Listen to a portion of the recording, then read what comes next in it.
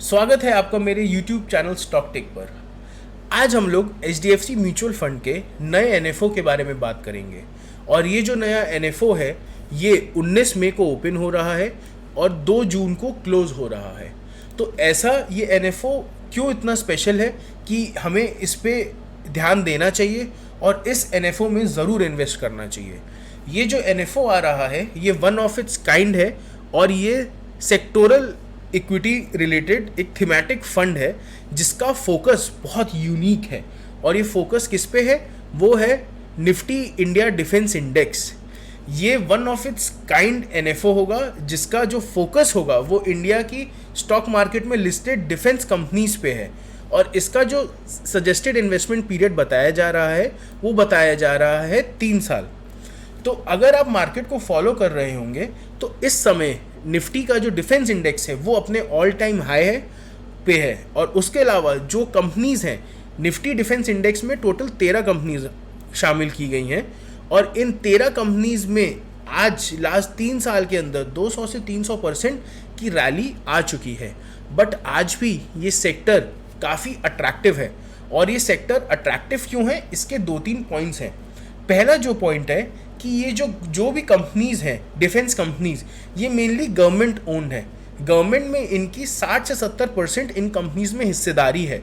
उसके अलावा जो बची कुची 20 से 25% जो होल्डिंग जनता के लिए है उसमें से भी 6 से 7% तो बड़े ब्रोकरिंग हाउसेस के पास है और म्यूचुअल फंड के पास है। तो जो नंबर ऑफ फ्लोटिंग शेयर्स हैं इनके वो एक कम है।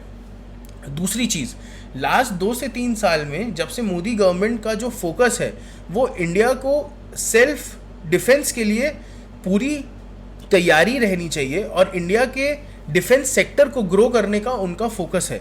जो डिफेंस सेक्टर में ग्रोथ का फोकस है उसकी वजह से क्या हो रहा है, जो डिफेंस के ऑर्डर्स हैं वो इन कंपनीज के पास आ रहे हैं। और जो डिफेंस के ऑर्डर्स होते हैं वो काफ़ी बड़ी होते हैं। जब बड़े अमाउंट के ऑर्डर्स इन कंपनीज के पास आ रहे हैं तो अगले 3 से 4 साल के लिए इनकी ऑर्डर बुक काफ़ी स्ट्रांग हो जा रही है, जिसकी वजह से इनमें एक बहुत अच्छा पॉजिटिव रिएक्शन बन रहा है। अगर आप देखेंगे तो म्यूचुअल फंड्स का भी डिफेंस कंपनीज के ऊपर बहुत ज़्यादा फोकस है।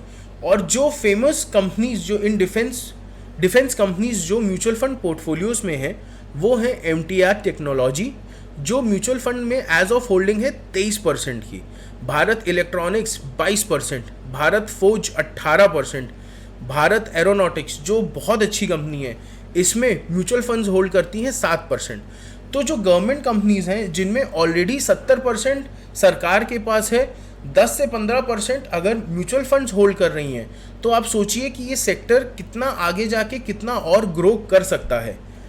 और उसके अलावा इनकी जो ऑर्डर बुक है, ऑर्डर बुक भी इस समय बहुत हेल्दी चल रही है।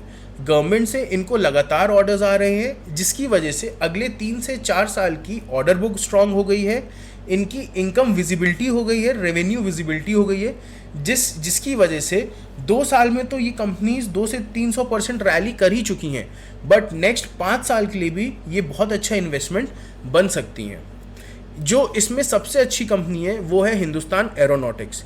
हिंदुस्तान एरोनॉटिक्स ने लास्ट 3 साल में ये शेयर जो 800 रुपये का था आज 3000 के ऊपर ट्रेड कर रहा है। और आज भी जो इसकी अर्निंग विजिबिलिटी है वो बहुत स्ट्रांग है। अगले 2 से 3 साल के लिए स्ट्रांग ऑर्डर बुक है, रेवेन्यू विजिबिलिटी है, प्लस गवर्नमेंट स्टेक इतना हाई है कि floating number of floating shares बहुत कम है। हिंदुस्तान एरोनॉटिक्स अगर आप देखें तो जैसे डिफेंस इंडस्ट्री या डिफेंस इंडेक्स इतना शानदार रैली करा वैसे ही हिंदुस्तान एरोनॉटिक्स में भी बहुत अच्छी रैली आई। उसके अलावा भारत डायनामिक्स भी बहुत अच्छी रैली किया लास्ट 2 से 3 साल में, जिसकी वजह से इन कंपनीज में एक बहुत अच्छा कॉन्फिडेंस आया और लोगों का, रिटेल इन्वेस्टर का भी काफ़ी फ्लो हुआ है फंड्स का। इसकी वजह से HDFC ने प्लान किया है कि ये एक थीमेटिक फंड लाएंगे जिसका फोकस होगा इंडियन डिफेंस इंडेक्स। हो सकता है कि आपके लॉन्ग टर्म पोर्टफोलियो के लिए बहुत अच्छा इन्वेस्टमेंट बने।